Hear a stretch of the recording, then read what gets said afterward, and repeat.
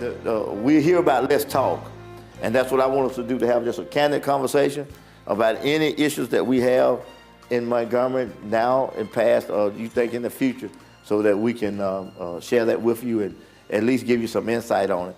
The stimulus package, is that, from your perspective, a concern? As we accept it, it seems like I've heard dialogue or in the paper and all that some of the people are concerned if we accept certain stimulus packages of what that will do as far as the strings attached and the control they would have on how we spend it. No, I'm not, for two reasons. One, the controls are more with accountability and openness. In other words, tracking and being able to put on the computer and put online the expenditures and make sure that and the other controls is that the funds have to be spent within a certain time frame so that it will stimulate the economy. That's the first, so that's one of the things. The other thing that exists is that as you move to fence the unemployment, one of the arguments that's being placed by some people in that area is that, well, if you put these people on unemployment, then that will increase the numbers in terms of the number of people who are recognized on unemployment, and it will increase the premium that each company has to pay in terms of unemployment taxes.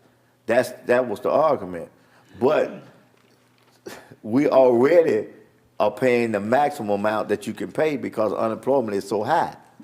So when you take advantage of the 100 million and add the people on, it won't increase at all because you can't, because you're already there now.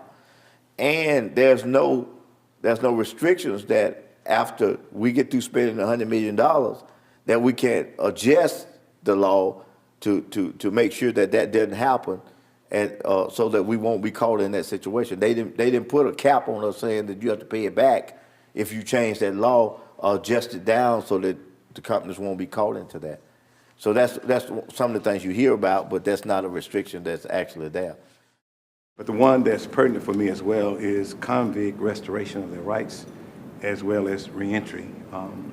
There's an issue, as you know, they tried to rocket docket that thing, but there's still over 200 and something thousand individuals, goes back 80 years, that haven't had their rights restored. Things from when crimes were $5 quantify you to be a felon.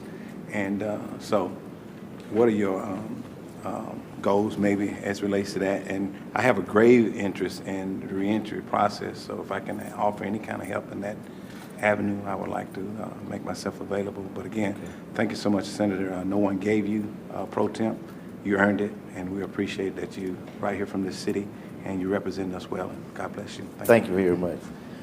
In the area that thank you too for bringing that issue up. In the areas of and you mentioned the reentry. Oh yeah, and the other part, we passed last year to deal with those small little petty charges that people had. We passed a expungement bill. I sponsored one, and we passed it last year. We passed it with the blessings of and worked with the DA Association, with the Circuit and District Judges Association, with just everybody who deals in law enforcement, to make sure that they understood forensic science about what we would keep records of and how they would be sealed and only could be used if someone had committed another related crime. Then you could go back and look at that information to see how it relates. We worked all that out. The bill passed the Senate and passed the House, and then the governor vetoed it. Now why, I don't know. I cannot tell you all why he decided to veto it, but he vetoed it. So this session, we start all over again. We have the same bill, we moved it forward, except this time it starts off with all the amendments that we had to put in it.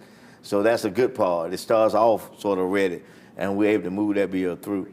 There's no reason why if someone got some little petty fine over here, and especially most of the things were dismissed.